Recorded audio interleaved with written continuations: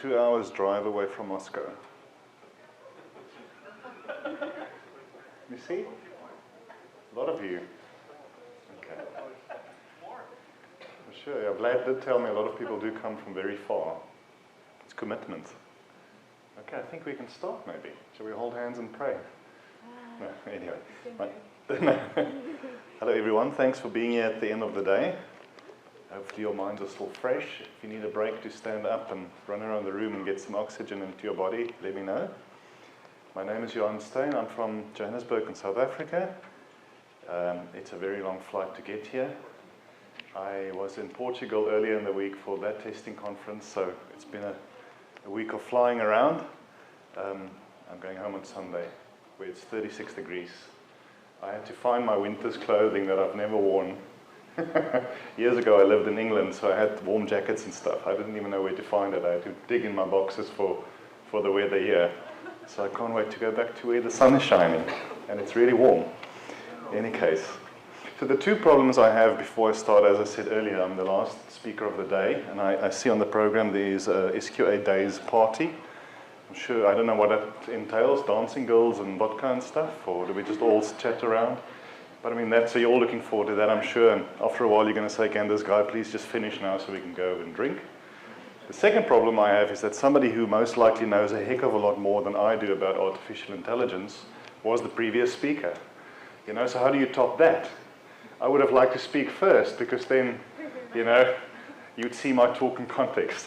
No, I sat at the back, and when you started talking, I realized that first 3 or 4 slides is almost exactly mine, you know, setting the context. So I ran out, and luckily I had slides from another talk I did, and I quickly changed some of the things. So, and because I wasn't here for a lot of the time, I don't know if we're going to contradict each other. We'll see. All right. I call this slide a view from the other side. So let me just tell you a little bit about myself quickly. I was in a sales role, or a business development role, for about 20 years. So I've got a sales background, and I loved selling. And I loved selling services. Selling a product is much easier. You might sell a Dell server against somebody selling an HP server, and it's all about spec and pricing and things like that, but the product pretty much sells itself. When you sell a service, you're selling trust, especially when you sell QA, because that customer is putting his or her career on the line by trusting your organization to help them with their QA services. But it's something that I loved, and I sold some very big deals, especially big automation deals with some banking clients.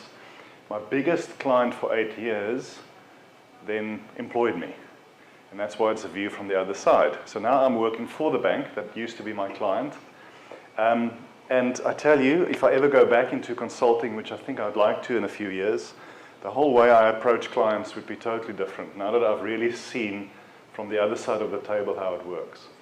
How many of you work for a vendor or a provider of testing services? Just put up your hand. Okay, some of you? Okay, and the rest, I assume, work for the companies that would buy these tools or services from vendors. Now, one of the things I realized is, or let me rather say this, there's about 17 or so testing providers in South Africa. A lot of them are the typical big global ones, Accenture, IBM, Wipro, Tech Mahindra, and then there are some local ones as well. And I used to compete with all of them for about 10 or so years.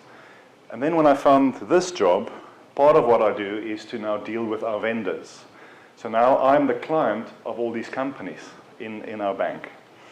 And it's interesting to see from the other side how all these businesses and these vendors pitch for business. And I can tell you the one thing that pretty much everyone does. The first slide, we're a $400 billion company. We've got 40,000 testers. We're in 58 countries. Blah, blah, blah, blah, blah, blah. And on the other side, and I remember when I did it too, you think you're so great, but you sit on the other side of the table and you think, so flippin' what? What is in it for me? And sometimes about 90% of the slides are all about how great they are. And nowhere in the meeting do they actually ask you about what's your problem, what are you struggling with? You know, and then the meeting ends and we all feel very good about it, and the vendor walks out and we walk out, but there's nothing that's going to happen. There wasn't a meeting of minds. I don't know how many of you knew about a guy called Jerry Weinberg. He was I call him one of the fathers of the testing world. Do you guys know him? He passed away sadly about 3-4 months ago, I think. His books are great, Jerry Weinberg. And the one book is called The Secrets of Consulting. And the book is basically about how do you treat your client if your client is the problem. And he said, no matter what your client tells you, people are always the problem. So often we start with tools and frameworks and all kinds of techie things. Ultimately, and I'm not saying those things, they are definitely part of the problem, but it's people that's part of the problem. And what he talks about in this chapter in his book is how do you deal with a client if that specific person who phoned you to say, come and help us, is the problem. Many years ago, I had a client, and we had a good relationship, so I could be very honest with her. And after dealing with her and her team for about 2 or 3 years, one day she sat me down and she said, I don't care what you say, you're not going to offend me. What do we need to do to fix this situation? And I said to her, well, you need to resign. And she was very offended, but she did tell me I can say anything. But that's the problem. She was the problem, not her whole team, not other vendors, not how the bank worked. She was the problem. So how's this all related to artificial intelligence? In no way at all, but it's a great way to start. So it's basically just to say, so I worked in the vendor side all these years, and now I'm on the client side. But it does relate. Because where I work over the last 2 or 3 years, we've been dealing with all these big and smaller vendors and saying to them, we need to embark on this journey of artificial intelligence and robotics and cognition, machine learning. The problem is we are, like many organizations potentially represented here, our maturity is quite low. We still have a lot of manual testing. We haven't done a lot of shifting left yet. Our data is a mess. So how do you start with artificial intelligence? So they all come in with these amazing white papers and collateral and amazing slides. And when they then discover what bad the situation really is, we never hear from them again. So there's almost this gap. If you are very mature and ready for artificial intelligence, which some organizations are, they can help you. But if you're typically a bank or a big telco, especially if you have all these federated divisions who don't speak to each other, who kind of work against each other, if you've had acquisitions over the years and you brought all these other systems on board, you had all these legacy systems, it is a difficult thing to start on an artificial intelligence journey, or almost for any digitization journey for that matter. And then it's starting those baby steps, proving in certain divisions that it can work, getting more budget for it, etc. So for most of us in this room, the things we're talking about today, the things that you were talking about, are potentially things that you will not soon experience in the place where you work. And it's not your fault, it's the problem of the place where you work. All organizations should be embarking on an AI journey. A lot of organizations are busy looking at it, but again, it's back to, no matter what your client says, people are the problem. All right. So just a little bit about me. I've got just this one marketing slide, and then I'm going to get into the topic. If you want to look at my work, follow me, contact me, etc., that's my website, thebusinessoftesting.com. It's a book I wrote a year ago, called that, The Business of Software Testing. And it's a short little book. You can most likely read it in 3 or 4 hours. And it's not just a testing problem. So I don't have a technical background at all. I started working for a testing company almost per chance 10 years ago, and I knew nothing. I actually didn't really even know about software. And I had to learn very, very quickly. And I had to read, and I had to speak to people, and I had to make a fool of myself in front of clients because they talk about terms that I didn't have a clue about, and then it's like a term that everyone uses, you know. So, but I had to learn the business side of what we do because I don't have a technical background. And something that I've discovered, and as I say, it's not just a testing thing, a lot of people are super smart and very good and very technical. But we should really just lock them in the room and put pizza under the door. They should never speak to any people. Okay, you can never take them to a client or a meeting. So there's this middle ground between all of us embarking on becoming more technical, becoming more from automation engineers and all those kind of things. But I think what's often lacking is the people side and the business side. When you sit in a meeting with business or with your client if you're a vendor, they can most likely not really care much about the tools and frameworks you want to suggest. They want to know about bringing costs down. They want to know about how do we test and release faster because our competition is beating us. And often what we do is we lead the conversation with techie stuff and we lose them. So that's why I wrote that book, is to try and just from a testing point of view help people think about the business side of testing, dealing with budgets. This is the other problem. You might have been a very technical person, and as you grow through your career, suddenly you end up managing a small team, then a bigger team, now you manage the whole area. And 99% of your time has nothing to do with testing. Dealing with people's crap, okay? HR stuff, budgets, dealing with stakeholders, the CEO, and a lot of people will then fall back into what they knew because nothing prepared them to deal with business-related things. The second book you see there, I wanted to finish this year still. It's an AI book on testing. I'm working with some collaborators, but then European summer holiday happened in August and September, and I don't know about where you work, where I work. In this last 2 months, we're trying to land 12 months worth of projects. I don't know what we did the rest of the year, but now before the end of the year, we're working our butts off. I don't know if that's the same way you work. So I'm going to hopefully get that out in about February. And then just the last thing, I do a podcast. My following is about 22,000 testers globally. So it's quite a nice following. It's called Careers in Software Testing, and that's really what the podcast is about. I speak to a lot of people, a lot of well-known people, a lot of people who are not that known, and I ask them, how did you get into testing? The first question, which is almost always a fascinating answer, because very few of us sitting in this room when you were in high school or college said, one day, I'm going to be a tester. It happened some strange way, and it's interesting to hear how people got into testing, and then I asked them, what is the one thing you wish you knew at the beginning of your career that you know now? Almost everyone will answer around the lines of, I wish I studied more, I wish I prepared myself more, I wish I went to more conferences, I wish I networked with more people, I wish I didn't just stay in my little corner and I hope my company would send me from training.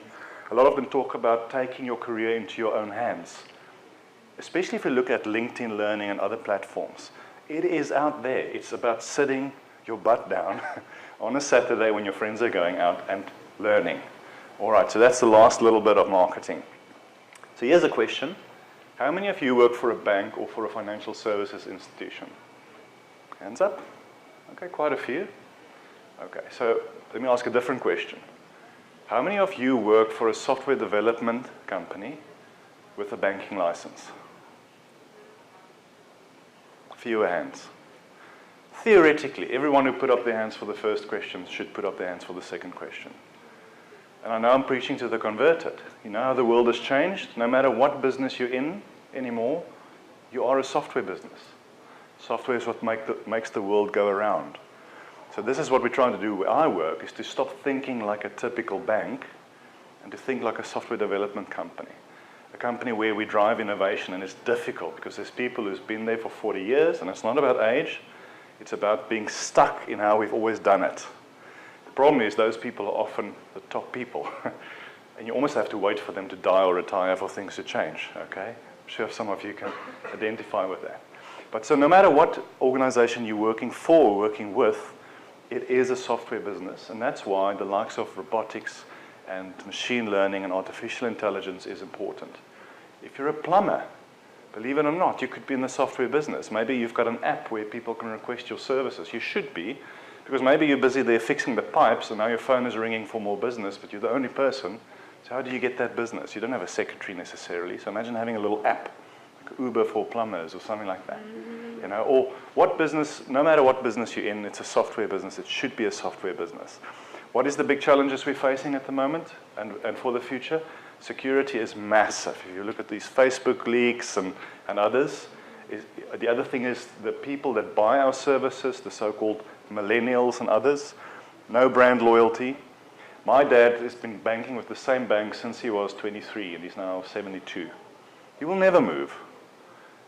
Okay, it wasn't that easy to move in years gone by. Now it's easy. And you move because you use the banking app once and it doesn't work as you want, and you move. And it's because it's that quick. So in the past, where we used to fail, where maybe our automatic teller machines were down or some other service was down, it was kind of an isolated event, it was serious. But now we fail in the hands of our customers. So they've got a mobile phone, they should be able to do anything they want to do on that device. So if one thing fails, that whole thing fails for them. How many of you have been in a bank branch in the last 3 months? Okay. You go because something is wrong, if I'm right. Because you should not ever have to go to a bank branch anymore. Ever. Okay? Now, we know some banks still work in a way that you have to go in and sign 55 forms and things like that. But we should not have to go to a bank branch anymore. I'm glad I'm not working in a bank branch.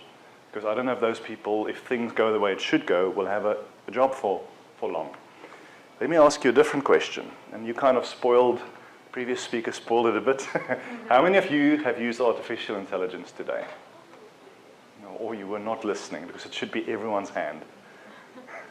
Almost all the apps on your phone is driven one way or another by artificial intelligence. Some of it is still in its infancy. I think you alluded to this. AI as a whole is still somewhat in its infancy. But some of the simplest apps we use is driven one way or another by artificial intelligence. Google Docs, Waze, Shazam, Gmail, I mean, pretty much everything. So we consume artificial intelligence on a daily basis, all of us. Artificial intelligence, you'll see in a later slide, is for our children and their children, it will be like electricity was about 100 years ago. Today, we cannot imagine a life without electricity. If you have the odd blackout, you know, there's a power failure, so now your cell phone tower is most likely down, so you can't call, you don't have data, obviously your house is dark. You hope it's over quickly because it's like living in the Stone Age. If right now we had to lose all our electricity for the next year, I will be one of the people who will die. I don't know how to plant fruit. I don't know how to keep my food fresh. I don't know how to kill animals, you know. So imagine you have that same feeling when you think about artificial intelligence. You cannot imagine a world where it never existed. My son is 5. He will have a job one day, most likely, that doesn't exist yet. People in 3 years from now will have jobs to some extent that doesn't even exist yet. Okay? Imagine the world of testing in 3 years from now. And that's what we want to talk about today. All right, so imagine you go to a cocktail party, some sort of party. And what's the first thing when you meet strangers? What do people ask each other? What do you do? Okay. Hello. Hello. Making small talk. You what? Making small talk? Yes, you're right. What do you do for a living? I do testing. Testing. What do you test? What's that? I test bank application. Bank application, okay. Because when I think of testing, I see these crash test dummies drive into the wall. Okay, because I don't know testing. You know, I'm just using as a... Who else can I pick on quickly? Here we go, yeah. Hello. What do you do for a living? Oh, the same. The same, tester. What do you test? Bank applications. Oh, bank. Oh, okay. Well, who doesn't test bank applications? So no one wants to be picked on. No, it's only women for now. Okay, but hang on. Let's pick a guy. Okay, but you've got an earphone on, so I don't know if the English is working. Pointing at him. What do you test as well? Yeah. And what I'm do you a tester as well. And what do you test? Almost everything, help people. Okay. Okay. There we go. So that's the answer we give. And it's sometimes a little weird, because especially if you can't really explain what you do. You know, how do you... If you're a veterinarian, it's kind of easy. You know, I fix dogs and cats that were run over by cars. But I find it sometimes difficult to explain what we do. So it's kind of, I make sure that all the software works together and it works fast enough and no one hacks it and stuff like that, you know. So what do we answer at the cocktail party? We do testing. And what do we test? One way or another, we get to that word, functionality. Or we make sure the stuff works. That's normally our answer. So the world of testing and quality management is not only changing, it has already changed. It has changed from under our feet. About 1.5 years ago, I wrote an article on LinkedIn called The DevOps Tsunami. And I compared DevOps, which 1.5 years, 2 years ago was still kind of new, to a tsunami. And you know, a tsunami, there's no real warning. You wake up one day and either your nose is at the ceiling because the water brought you all the way up, you're floating, or your house is gone, but it comes without warning. And I spoke about how the world of testing is changing, how we need to upskill ourselves, the whole idea of shift left. How many of you work within a DevOps world one way or another? Not many? It's a massive change. It's a massive cultural change. For testers in particular, because we are used to working in our testing teams. We are used to working normally at the end of everything, when there's no time or budget left. Okay? Even though and most organizations that say they're agile are not really agile. Maybe they've introduced some agility, and it's a step in the right direction. I know of organizations that one day they took all their project managers and changed their names to Scrum Masters, and now we are agile. And these guys don't have an idea how to run a Scrum and stand-ups and things like that.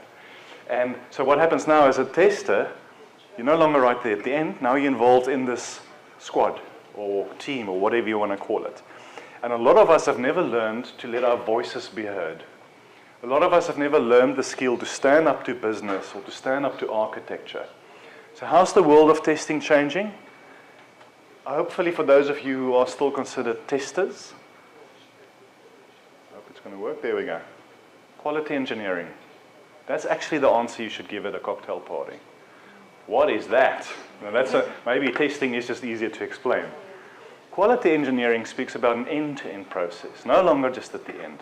Even if you're an organization that's still predominantly waterfall, like I think most organizations are, you don't have to wait for DevOps maturity, you don't have to wait for the whole shift left thing, you have to aim and push for that. But thinking quality, not just my little bit of testing, is the way we need to change our thinking, the way we need to upskill ourselves. Now, everything I'm talking about now is building up to AI. Because if we can't get these things right, AI is not going to fix it. I don't know if you remember, when was it, 10, 15 years ago when the tool vendors started selling automation tools? They sold it like a so-called silver bullet. You just install it, press a few buttons, you press enter, and your automation is done. And it never worked that way. You will find the same with AI. The big global vendors, the consulting firms, are talking about AI as a pretty simple thing, but you have to pay us $2 million. We'll give you the stuff, and it's easy. It's going to be the same as automation tools. Millions of dollars, and then it doesn't work. It doesn't work the way we thought it was going to work. So we're no longer just testers, we're quality engineers. And we no longer test functionality. What is it that we should be testing? Customer experience. This is the aim of what we do, especially in a DevOps kind of squad. If that little bit of functionality that you're testing is working, whoopity-doo. How does the client, the end client, experience the product or the service? And again, quality engineering, end-to-end. You might have heard the saying, everyone involved is, quality is a problem for all of us, but still we are or should be the experts of quality. All right, so it's a mind shift change. These guys are our customers. Now, we have internal customers, often stakeholders, business, but no matter what business you're in, there's somebody at the end that's actually using the stuff.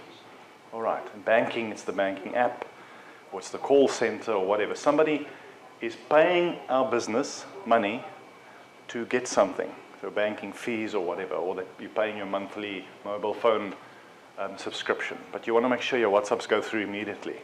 You know, you want something out of it. So think about this one. Who is your customer? People talk in meetings a lot about customers. You know, customers don't want this. Customers say this. People kind of throw their weight around in meetings. And you know what's a great question to ask them? Have you actually met your customer? Him or her? Who is your customer? So for instance, have you ever, again in banking, have you actually ever gone into the bank branch? And I'll tell you a story. Okay, so, and that's my next slide as well. So when I started working for the bank I'm working for now, I was a customer of another bank. Now they incentivize you to become a customer of the bank you're working for. You've got interest rate benefits and all kinds of benefits. So it made sense, all right? So the first thing I did is what I call the ATM story. In our cafeteria, there's an ATM. Obviously our ATM, because it's our bank. And I used to go with my other bank card and draw money there to pay for food and things like that. The very last screen of the transaction says, do you want to become a client of the bank? And then you say yes, and then there's a little thing where you put in your mobile phone number, and it says, thank you, somebody will call you. 6 months, no one phoned me. So then I went to 6 different ATMs in the greater Johannesburg area, drew money with my other card, last screen says it, put in my mobile phone number, no one called me. Okay. I think the bank I work for spends about 400 million euros on marketing a year, but we can't get this right. I know it's one example, okay? And I know retail banking is not where banks make money. It's corporate and investment banking, but you still that's your brand. It's the average man in the street like me. Then I went onto their website. There's a little thing you click, you fill in a little form to become a client. I actually got a PDF immediately with a reference number. Another 6 weeks. Okay. So eventually somebody phoned me and said, sorry, I was on holiday. I only saw your email now. And I thought, this is weird. Tell me about it. So on the website, when you fill in your detail, that message goes to one person's email inbox. Okay, not a group. So the guy's not there, so sorry. Here's, in a very competitive world, here's somebody saying, please God, I want to become your client. Please help me. I'm begging you. All your hundreds of millions of euros of marketing is paying off. No one contacts me.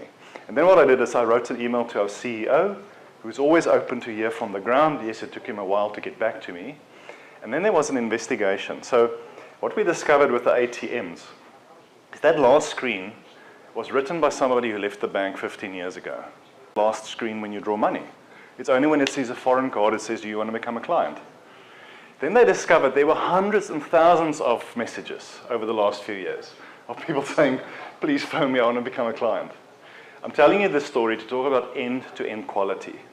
The ATM worked perfect. I got my money, it was correct, the little slip came out, everything was fine. Got the SMS immediately. But did the whole end-to-end process work? It didn't. So that's why it's good to meet your actual clients. That's why it's good to be a consumer of the, if you can, of the products or services that you're testing.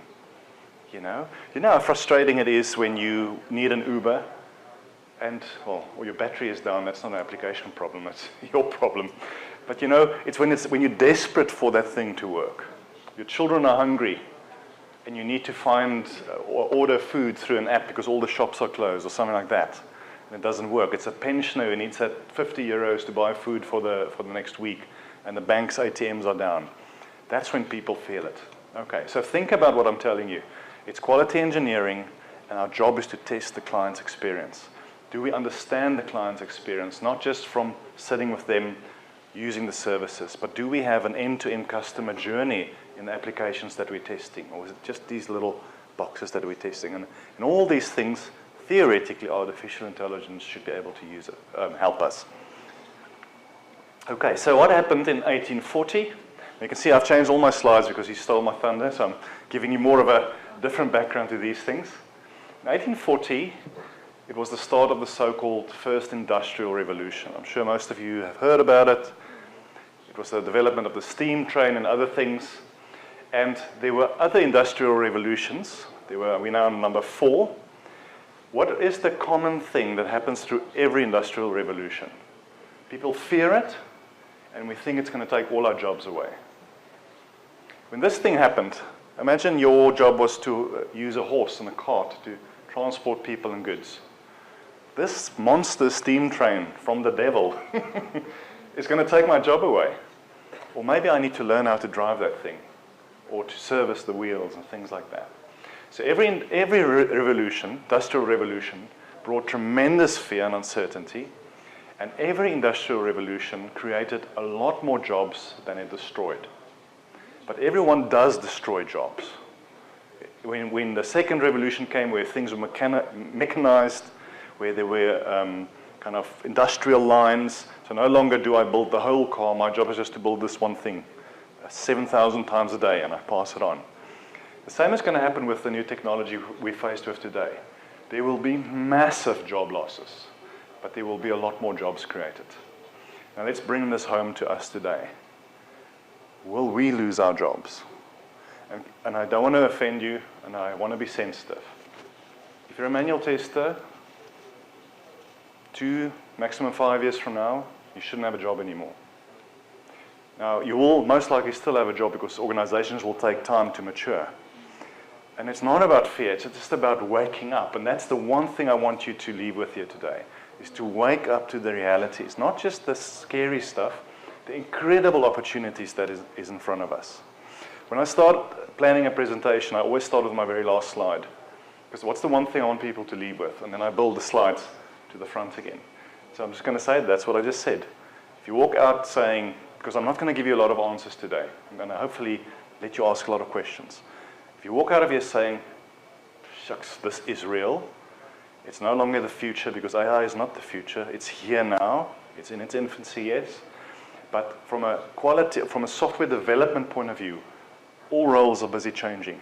And you have to upskill yourself. And there are so many exciting, amazing, and free ways to upskill yourself, depending on what you want to do. Not everyone wants to become a super technical person or machine learning engineer. But find something that you're excited about. And toward the end of my slides, I'm going to show you some names of people that's worth contacting. There's about 15 to 20 people in the world that I know of who are AI practitioners in software quality management. Go and look at their white papers, their seminars, contact them. That's the other nice thing about a lot of these people. They write back. Sometimes they will do a phone call with you. But there are ways of upskilling yourself. So remember that picture. We all feared it. Well, not us, not even our parents, not even their parents, the ones before them. And a lot of jobs were lost, but more jobs were made. And the same is going to happen now. Here's just a slide that shows you that we're now in the 4th industrial revolution. In fact, we're already on the cusp of the 5th. I don't know if the screen is clear enough. In fact, I can't even see what it says. Yeah. I'm sure these slides will be available in a few days. Okay, super. Because especially the names of the people I want to show you, I don't want you to have to write it all down. Those slides will be available. But this is where we are now, at the cusp of number 5. Let me go back. You can take the picture if you want. The quality is just not good, unfortunately. So, all right. And this is what the 5th industrial revolution is. Robots, artificial intelligence. Robots that are smarter than us. They're not smarter than us yet. Well, if you look at most people, you have to wonder, you know. I heard something good the other day. Artificial intelligence assumes there is already intelligence. Okay? And if you look at mankind, questionable, you know. Another important term that I want to mention here is something called cobotics. Cobotics is where humankind and robots work together, where robots still serve us. Not robots taking over the world, end of the world, Hollywood movies kind of thing. So imagine that, because I know for most of us, 50%, maybe 80% of what we do in our daily lives is a pain in the butt. It's repetitive, it's boring. So as testers, it could be reporting or meetings. You know, I've sometimes spent more time running reports to people who I don't think will read it than actually doing work. So imagine you can take those manual, repetitive tasks and let AI or robotics do it for you and focus on the stuff you're good at and the stuff you love. So cobotics says, don't fear that they're going to take over, but learn how to use this to still serve you and to do so you can focus on what you're good at. All right. So just remember, same as the steam train, a lot of fear, a lot of uncertainty, a lot of people is against this. Millions of people will lose their jobs, and more millions of people will have new jobs. On what side of the coin will you fall? So, Lego. How many of you are still playing with Lego? And you can be very honest here today. Good, good, good. You know that adults is a bigger market for Lego than children. Okay. As I said, I have a 5-year-old, so the only Lego I know is 3 o'clock in the morning when I walk in the dark to the toilet and I step on a piece. Then I say ugly words that I'm glad my child is not hearing because he's sleeping. But I loved Lego. But as I said, it's still, and I think it most likely must be very relaxing if you play with it now after a hard day's work. It's not my thing, but good for those of you who confessed your weaknesses here today. So I want to sketch a scenario. You're looking for another job. It's time to move on. You're a bit bored at where you are. And you see an ad on LinkedIn or somewhere that Lego is looking for head of testing or head of quality engineering or whatever. And you're thinking, these oaks make plastic. How difficult can this be? You're most likely working in a bank or in a big telco or another organization. You could be what we can call a test program manager, somebody who's managed several teams, perhaps several teams across the world. And you're thinking, it's actually time for a bit of a break. I just want an easy job for the next year or two. I'm going to apply for this job. Okay. So you apply to go work at Lego. Now, these are some of the slides I put in 10 minutes ago. Let me just familiarize myself with them. Okay. Duplo stories. So Lego, I didn't know this until I saw, there's a podcast where I saw this. Lego is on the cutting edge of artificial intelligence, especially language processing, natural language processing through Amazon Alexa. A child, and I'll show you a video just now, can actually speak to artificial intelligence through this device and ask for certain stories. Like, I want a story, or it'll say, what do you want to hear? Say a story about a sheep, a goat, or a duck. You say a story about a goat. They've programmed it so that if the child doesn't say please at the end of the sentence, it doesn't do anything. If there's swearing, then it corrects the child and will not do anything. So it's interesting. But something like this, especially when it comes to children, opens a massive can of worms. Like with any technological advance, the dark side is always there. And we'll get to the dark side now. Now let me quickly, this is where I'm going to need volume if it's not already on. And let me just quickly see if I can press play here. It's a short little video, but it's of a little girl using this device. Let's just see. Hi guys, boys and girls. Welcome to the Rebecca Show. Today I'm going to do story time with my Lego. Alexa, play Lego Deeper Stories. Would you like to hear a story about vehicles or a story about animals? Animals. Animal stories are some of my favorites too. I have stories about a rabbit, a bird, a cow, a dog, and a cat. Let's begin. Alexa, play Lego Deeper Stories.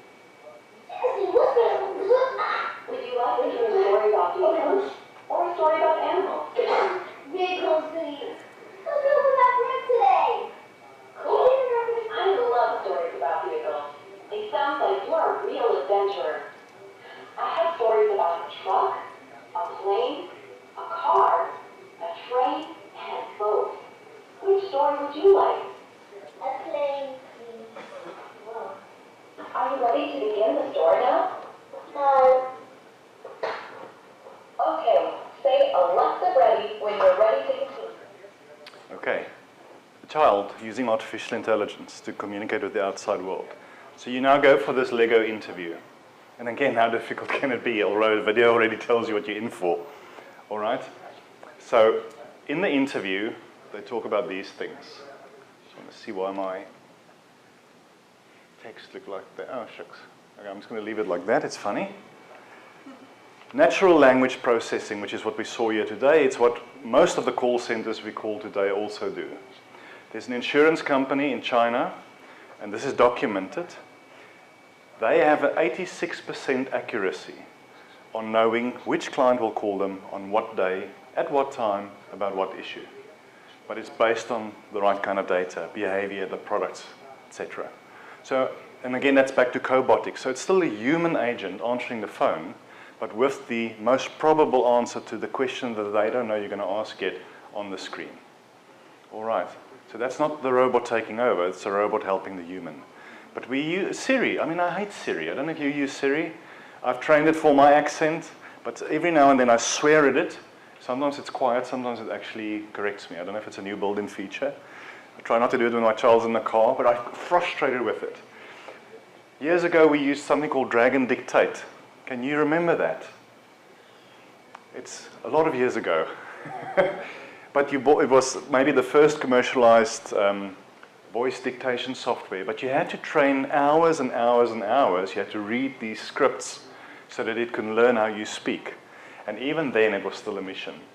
Try Google Docs. If you go to Google Docs and you click on voice recognition, I've heard some people with strange accents, and it's almost 100% accurate. And that's where we are today. But now in this interview with Lego, they talk about testing natural language processing. They're talking about content moderation. That's the text that's over the other. They talk about the Life app. So we've got about 500,000 children in the US using the Lego Life app that can essentially ask anything. Okay? And now we're sitting with problems. What about anti-piracy? What about pornography? What about some bad people hacking this thing, influencing that child? This is massive, because your child, it's not just anyone out there. So can you imagine the brand damage to Lego if there's ever a leak that 10 children somewhere in a city got enticed into some sort of sex trafficking ring or something like that? All right? They talk about just some of the other products, vision sensors, augmented reality, chatbots, and the like.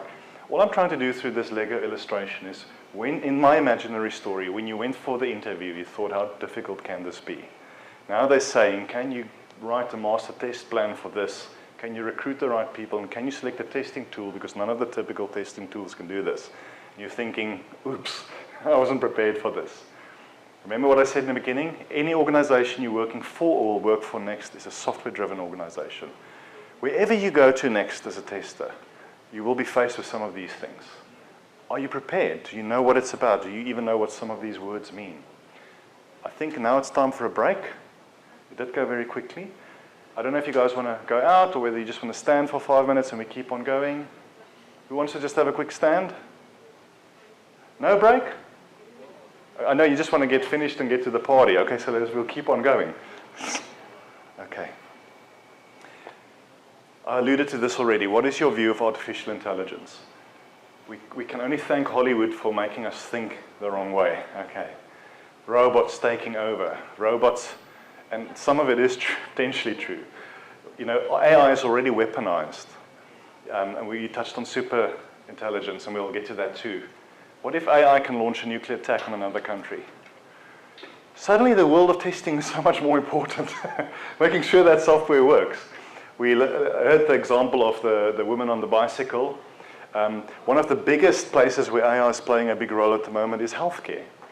AI can predict or can see a tumor on a scan something like 100 or 300 times better than the doctor.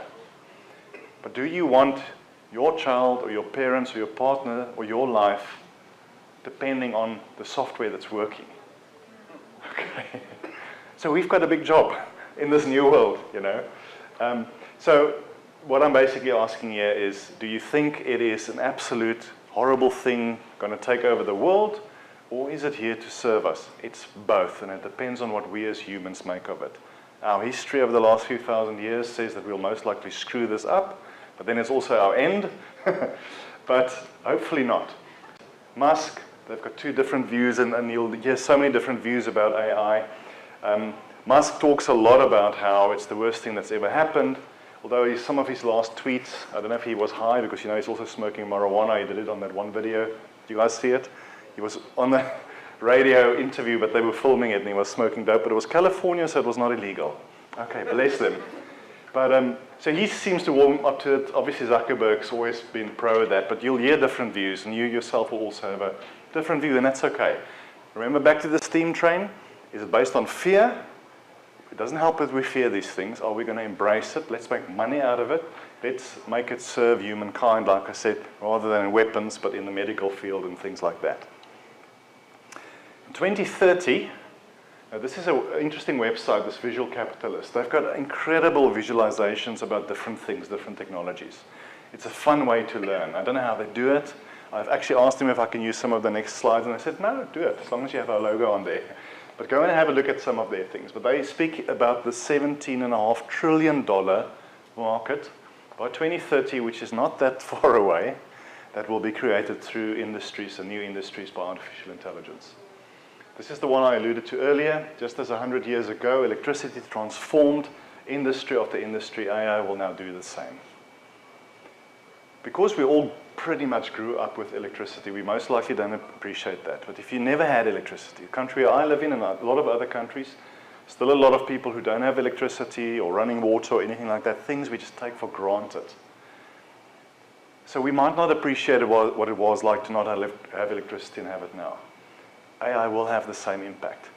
I'm not sure if you touched on it while I was out there, were the two so-called AI winters. Have you ever heard of that? So AI has been around for 60 years, but we never had the technology. So there was this hype, and then it died down. There was the first so-called winter, which I think is in the 60s somewhere. Then there was another one in the 80s, and when this recent-ish hype started, people said it's going to be another winter, it's just going to die down. But now we have the computing power to make this real.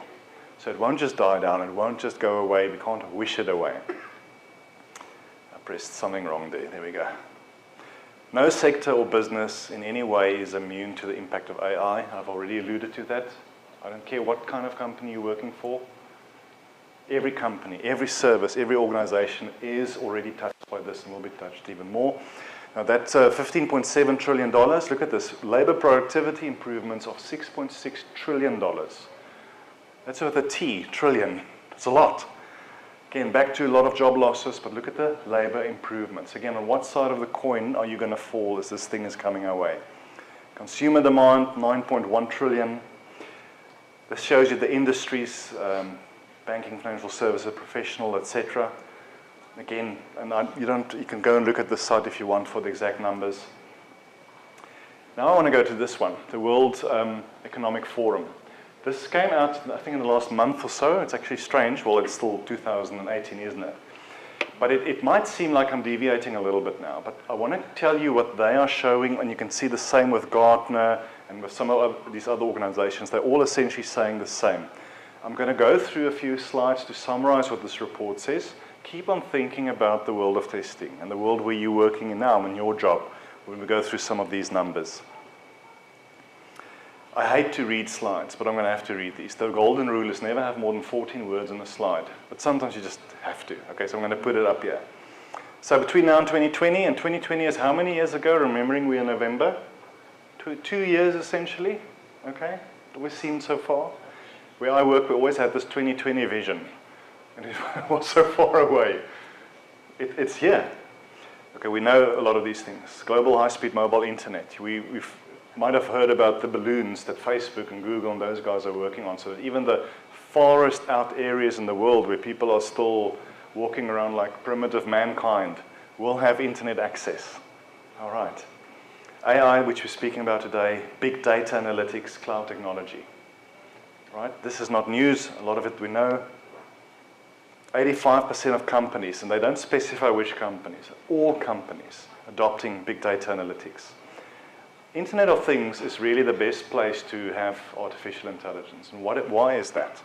Because of the massive amounts of data that's being produced.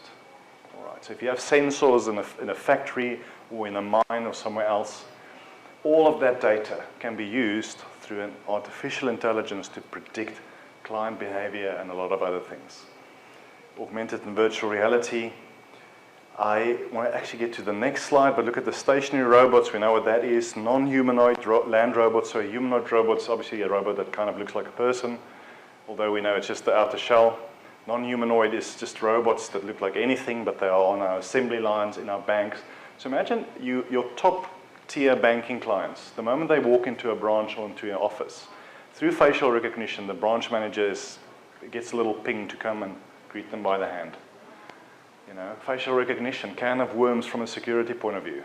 I don't know if I want to be facially recognized. Although I'm a law-abiding citizen, so I don't really worry about it too much. But if you're not, okay. You can read that. Businesses expect to extend, here we go. 38% of businesses expect to extend their workforce to new product-enhancing roles. Do you see the job gains here? Here is the one I wanted to get to. Currently, 70% of all work's done by humans, the rest by robots. But now look at 2022. 58% only and 42% by machines. So can you see where this trend is going? Are we going to get to a point where nothing is done by humans anymore? I doubt that. But in just a few years, look where the trend is going. Again, think back to your job right now. Will you still have work the way you're working now if you don't change and upskill in 2-3 years from now? Look at these new roles. So AI and machine learning specialist. I haven't seen that being advertised yet. Will you be able to apply? All right. Big data specialist, process automation, human-machine interaction designers. That's a cool job. And robotics engineers. And I'll bring in some potential titles for testing quite soon. This is what I wanted to get to. By 22, 54% of all employees will require significant re- and upskilling across the board. 35% up to 6 months of training, 9% up to 12 months, while a tenth of your workforce will need more than a year's worth of training. So think of your testing team or your software development team where you're working now. To get to where we need to get to in a short few years, this is the kind of training and upskilling that's going to happen. Now, like I said earlier, it's in our hands to do it, but the problem is that a lot of the organizations we're working for is not waking up to this because they'll spend billions of dollars training their people if they realize it. So now we have to just do what we can, and there is a lot that we can do. But we're going to have to reskill the human race almost. If you're currently not computer literate, you are considered illiterate. It's like you can't read. My child who's 5, when he's an adult, if he cannot code, he will be considered illiterate. I don't know what I'm going to do by then. Maybe you should play golf so that he can earn a lot of money. Okay, let's bring it back to our world. You know the picture of evolution, not everyone believes in it or not, that's not really what it's about, but you know, they say we started out as monkeys and then we became humans, although I think the mindset of this is still here, if you look at most of us. But we started walking upright, we started making fire, we started worshipping gods, we started having an intellect apparently. And then I want to bring up this, and I don't think it's going to be clear. This is from Tricentis. I'm not affiliated to them at all, but if you Google Tricentis AI testing, something like that, you'll find this slide. So it for me relates a little bit to evolution, if you would. So I'm going to talk through it now, but then just imagine in your organization, where on the ape to man scale do you fit? Because most of us will be toward the left, the way our organizations work, okay? Okay? Shift left, shift to the ape. This one is classical testing, where testing takes months and years, okay? At the end, not automated, very manual and things like that. Then you got to Agile, where it takes less, where it maybe takes weeks and months. The bulk of us in this room most likely currently sits here somewhere, okay? Most audiences I speak to, most companies I've worked for, still pretty much sits here. As I said earlier, we talk about Agile, maybe we've got a Scrum Master, maybe we've got a Kanban board or whatever. We still pretty much sit here. A lot of manual testing, a lot at the end. No influence over architecture, no influence over business, no end-to-end quality management. Then there's this, what they call this DevOps chasm. We almost have to take a jump. DevOps and true Agile should lead to continuous integration, continuous deployment, continuous testing. There's amazing stuff on the web about this, but I think for most of us, in practical terms, continuous testing is still a very far land to travel to. I think we're dabbling with it. Totally new skills, totally new tools, totally new ways of working. If you're still stuck here as the ape man, you haven't learned to make fire yet or to start walking upright, even though we talk this talk, we're not there, a lot of us. A lot of the vendors can help you only if you're there. All right, so you have to almost figure out this step yourself. And then but there are organizations that successfully, but it's often smaller ones, younger organizations, not a lot of legacy. That then leads us to the conversations today, quantum computing, machine learning, and things like that. You cannot go from here to using AI in testing in just a jump. Not even from here, but from here. So just think of, in your own organization, where on this scale do you sit? How many of you are dabbling with or are working in continuous delivery, continuous integration, something like that, okay? But it's a massive mind shift change. In fact, it's perhaps a bigger change than DevOps, even though you can't take DevOps as a single thing. But for the whole delivery organization to work together now, to look at totally new terminology, totally new technology, and things like that, it's a massive change. Where I work, there are aspects of the bank where we're getting that right, but the biggest part of the bank we're not even close to that, okay? So just keep this picture in mind and go find it on the internet, because there's a whole article that explains it to you as well. Because a lot of times people ask, after an AI talk, fantastic, we're not scared of it, we want to embrace it, where do we start? And that is a difficult question. And I think the previous talk most likely gave more practical advice than I'm giving you today. But keep this in mind and determine where you are. Don't try and jump too far. What is the next step, even if it's baby steps? All right. And as I said earlier, you might be limited by the organization you're working in. The organization might not be able to go to Agile, even though they say they are. So no matter what you do, you can look at all the continuous deployment tools in the world, but it's not going to work. Maybe the answer is to find another job, to work somewhere else and to learn what you need to learn there. Let's check time.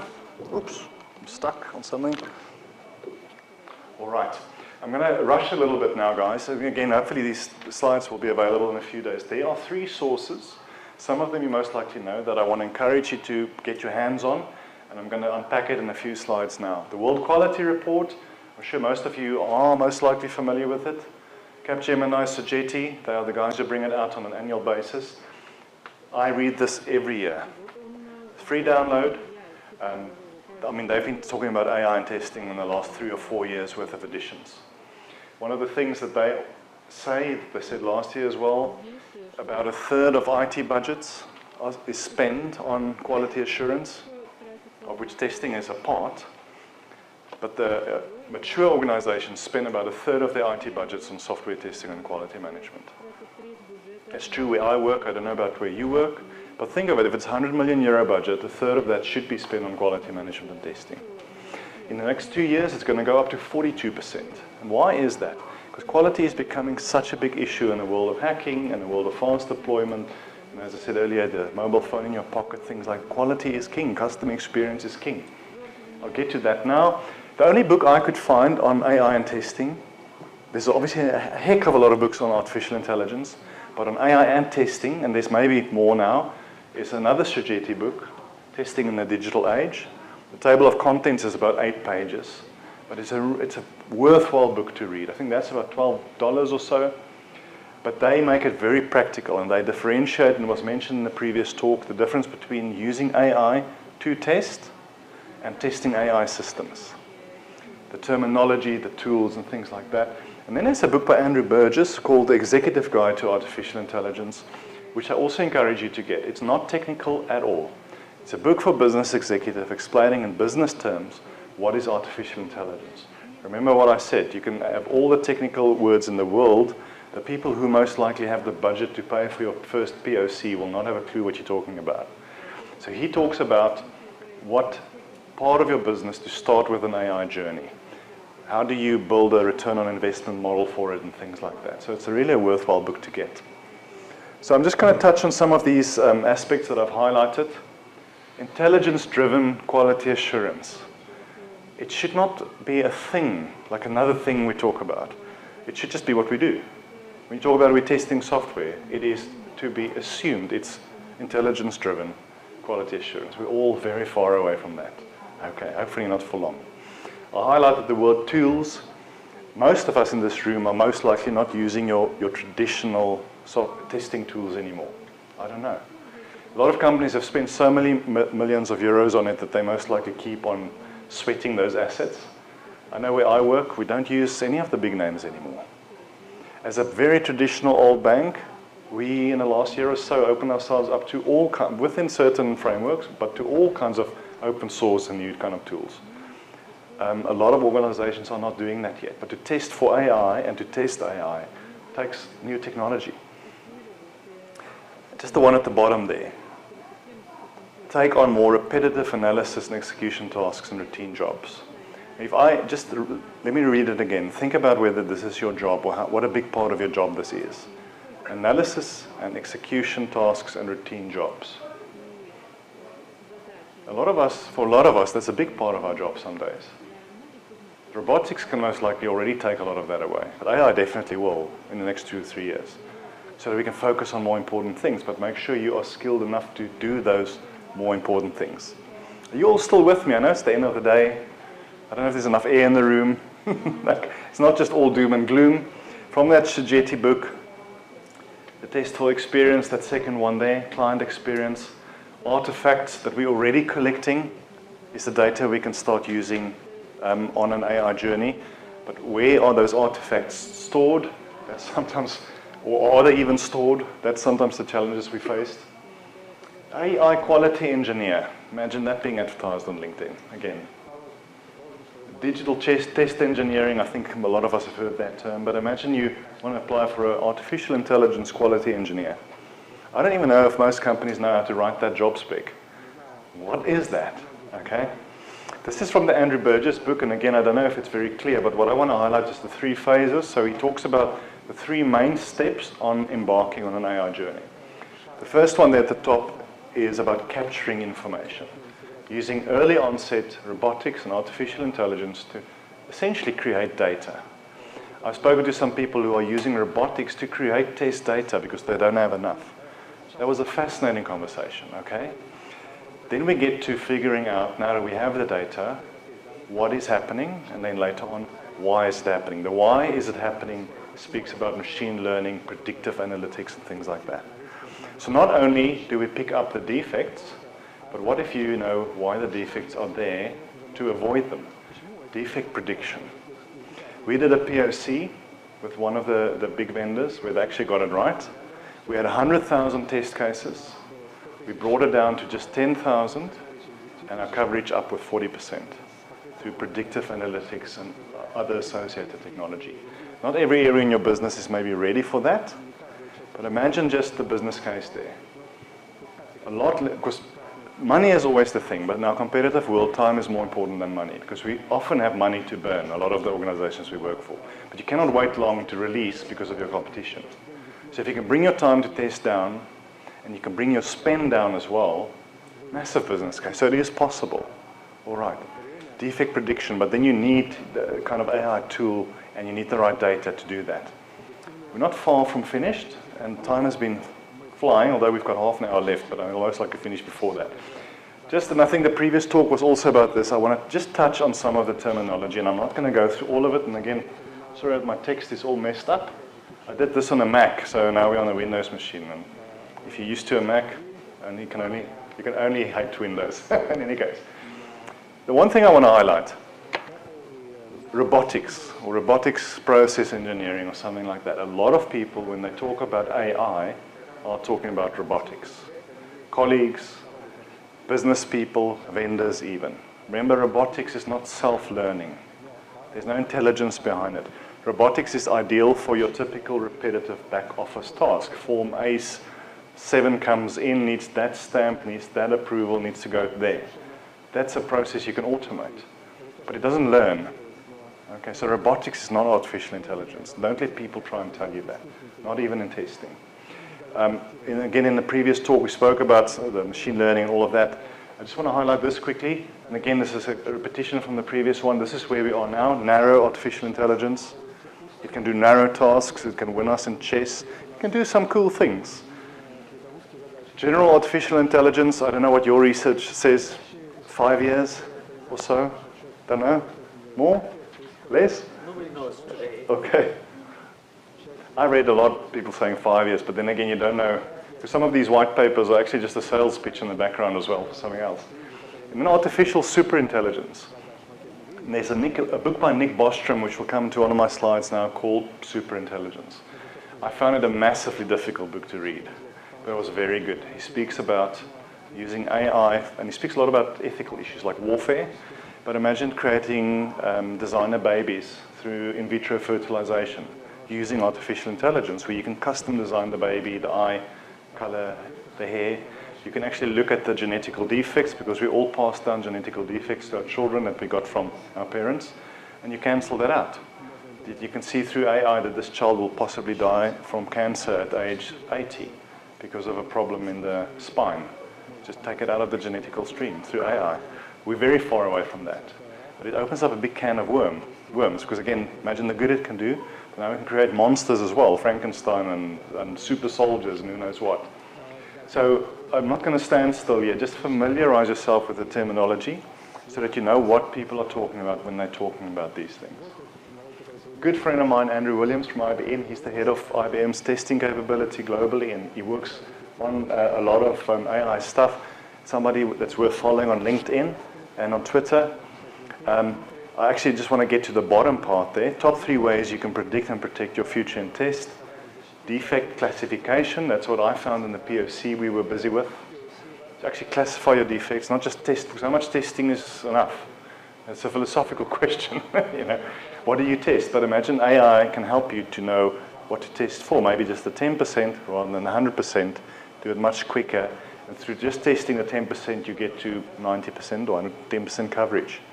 Prediction, quality transformation, but there's a lot of practical application to AI in testing. Just back to one of my first slides with a view from the other side, and maybe I did allude to it. I don't really know of any of the big global firms that can help us when it comes to testing and artificial intelligence.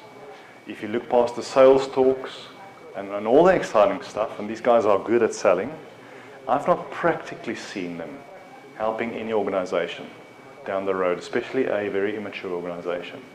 Some of the names I'm going to show you now toward the end are people who are running small little boutique companies focused just on AI and testing, not well-known brands. But go and have a look at what some of those people are doing. Now, whether you'll get them into your organization because they're not a big brand, I don't know. But I think the whole world of vendors, testing vendors, is busy changing. You know what, and this is just my view. The thousands of people in India, offshore testers, and in China and elsewhere, could be all replaced by AI if we do it right. And not in all sectors, not just testing. But why do we need 100,000 people to execute if machine learning can do it for us? So I'm glad I'm not working for a company whose model is based on a big offshore team. Because there's a big threat there. Why should thousands of humans do it when a machine can do it? This is what I wanted to get to, and I'll just tell you. So this is Andrew Williams. Sorry, Windows machine. So Andrew works for IBM. Definitely worth following, and again, don't worry about writing down too much now. Rick Marcellus and Tom van der Ven work for Sogeti in the Netherlands. These guys are doing great work in AI and testing. Some really interesting things. Jeff is with Dell EMC in Texas. I think he just come back from Hustef. I don't know how many of you were in Hungary recently for that conference. Jason Alban is most likely, of everyone I'm showing you today, the leader in AI and testing. His company is called Test.ai. He's the CEO. Massive guy. Massive, massive guy. But listen to his talks. Jeremias Ruschler from Germany, PhD, professor. I spoke to him one day, and after time I just said yes. I didn't know what he was talking about. He's just one of those very smart people. All right? But these are people who are practically helping clients, even though it's very early days, to implement AI testing. And then just my last slide with these. Tariq King, he does a lot of work with Jason, also perhaps one of the better known people, also PhD. Diony Santiago and Peter Clark. Peter is a professor in, what did I put here? Florida. Diony is his student. These guys are producing more from an academic point of view, a lot of work on AI and testing. Paul Mowat, who is working for Accenture in London. Alexander is working for King. King are the people who's producing Candy Crush, games like that. So he does produce a lot of interesting stuff, although it's very related to gaming. But there's a lot in gaming that we can apply into what we do. And a lot of you must know Angie Jones, who I still say she's at Twitter here. I think she left recently. Now, why is there one female on all these slides, ladies? Can we please next year have some more of you on here? Okay. All right, we're almost done. So this is the Nick Bostrom book. Let me just read this. This is from his introduction. In this book, I try to understand the challenge presented by the prospect of superintelligence and how we might best respond. This is quite possibly the most important and most daunting challenge humanity has ever faced. And whether we succeed or fail, it will possibly be the last. Sorry, Windows machine. That's, I think, at the, oh, my word.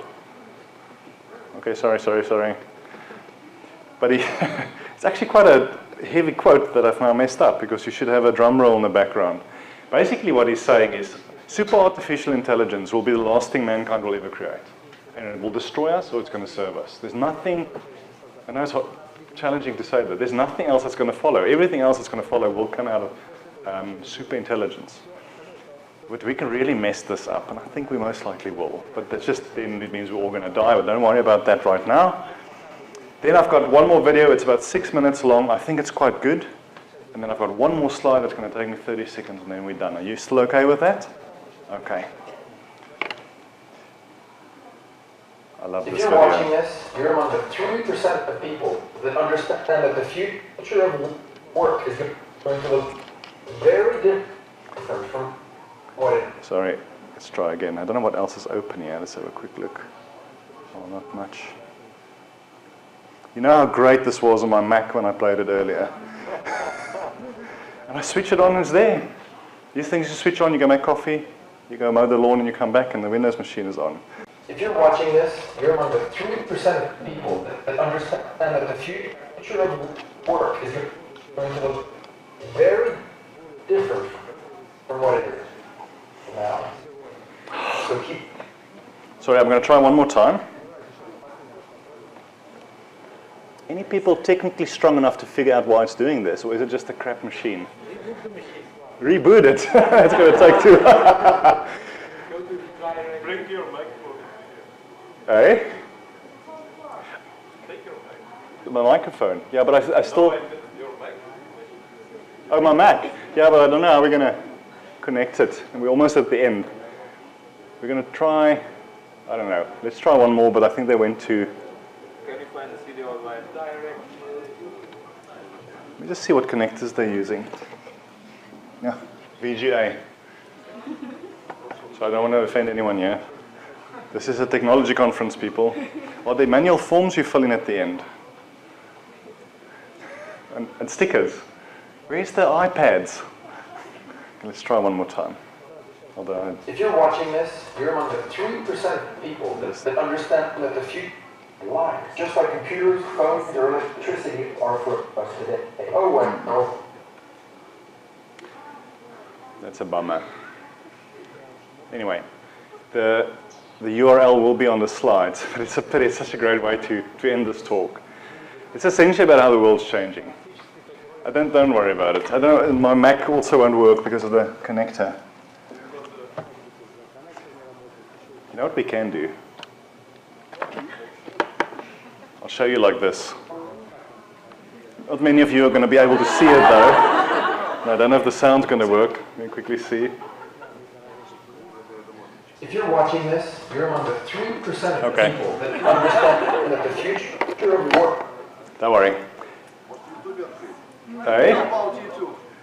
YouTube? Yeah. Yeah. Is it connected? Let's quickly see.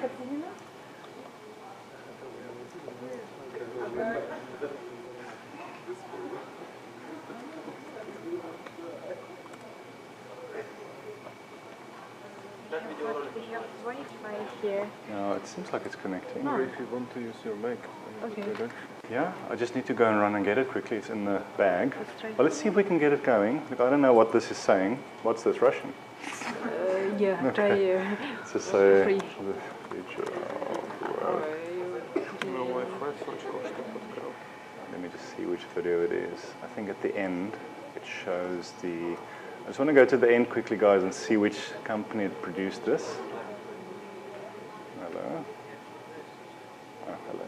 There we go. Не получается видео запустить в обычном формате. Предложили сделать сразу с YouTube. It's all planned. It actually heightens the suspense.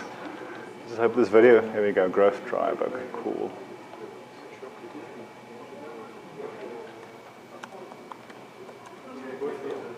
Мне там флешка нужна была просто.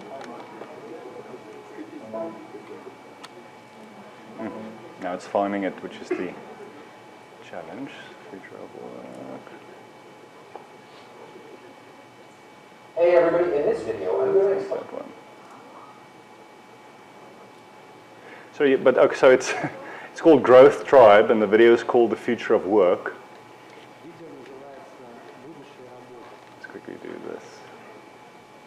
So you can go and find it. But it's a really good video. It's a wake-up call about where the world's going with tech and stuff. I doubt we're going to find it. Which one? Yes, this video. Is it the third one? Yes. Okay.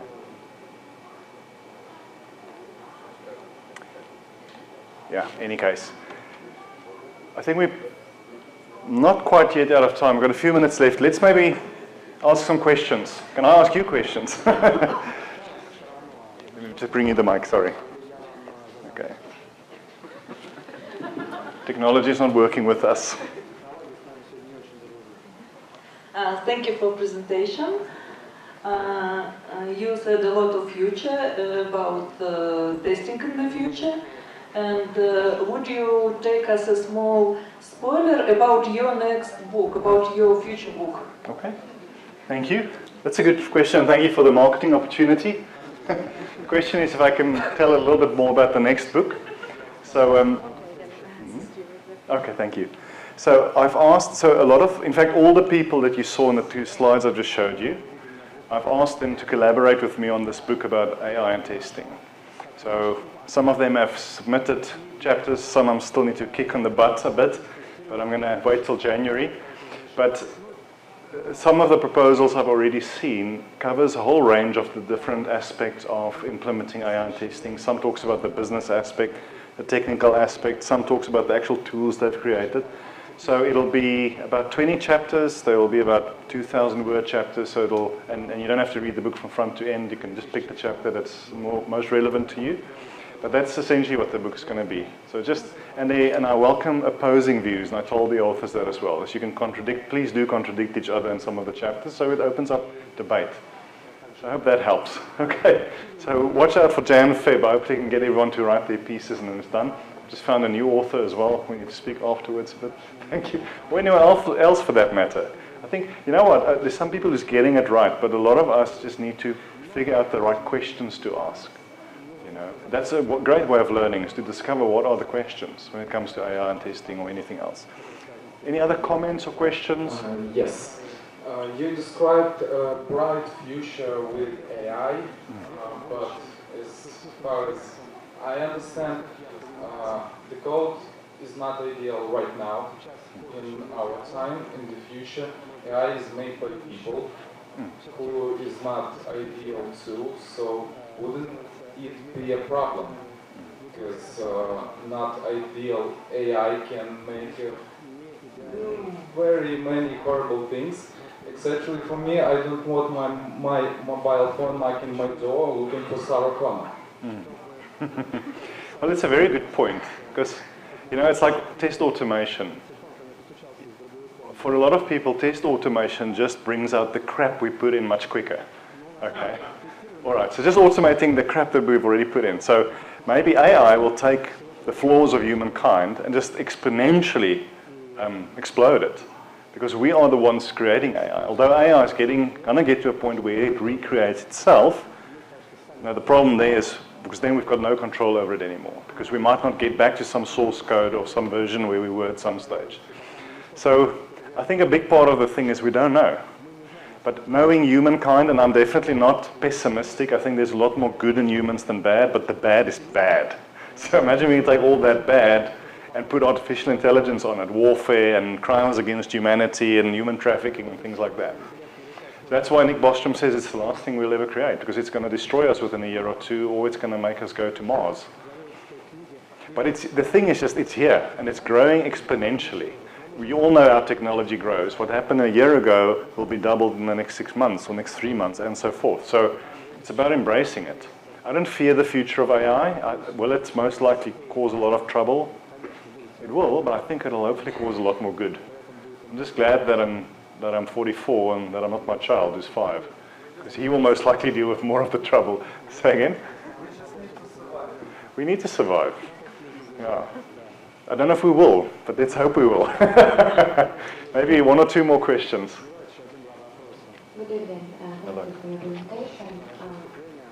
Tell me about this. Where I can read about cobotics? Is the term? Cobotics? Yeah. So I think just Google the term. So remember that all that the term talks about is... I'm searching in Google. Oh, you're not finding it? Oh, okay. No, on Amazon, there's a lot of books about that as well. But now, remember, it might not be called cobotics. It could be human and machine. I know there's a book called that, for instance. So books about humans and machines working together. But cobotics, even on Wikipedia, I'm sure you would find something. But right now, where I'm standing here... So co-botics. Doesn't exist in Google. Oh, it does. I found it somewhere. I'm listening. Look at the tester. I say something and they try and break it. Okay, let's see. I have no idea what I've just typed here. Firstly, a lot of games come up. Killing Floor 2, Robot Against Humans. Okay, that's not what we wanted. Okay. I did find it. Don't know where now, but Humans and Machines. So I think that's exactly the title of one of the books I looked at, Human and Machine, or something like that.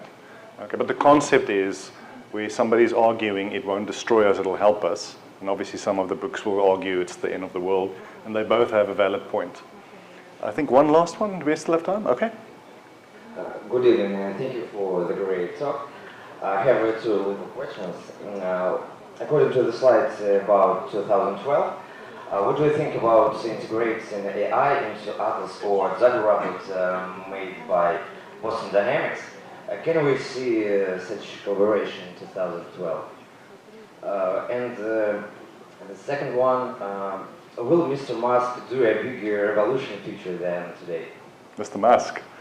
Look, I don't know what he's going to do. I just didn't get the first one. It's something about 2012? Do you know Boston Dynamics robots? Yes. Well, a little bit, not a lot. What do you think about... do you see integration AI into Boston Dynamics robots in 2012? And what the robot it will be? 2012? Yeah. Which is past? In future, I mean. Oh, in future, okay. I'm sorry, 2020. Okay. Yeah, I'm sorry. I just thought, what now? There's a movie called 2012. I don't know. I don't know the company.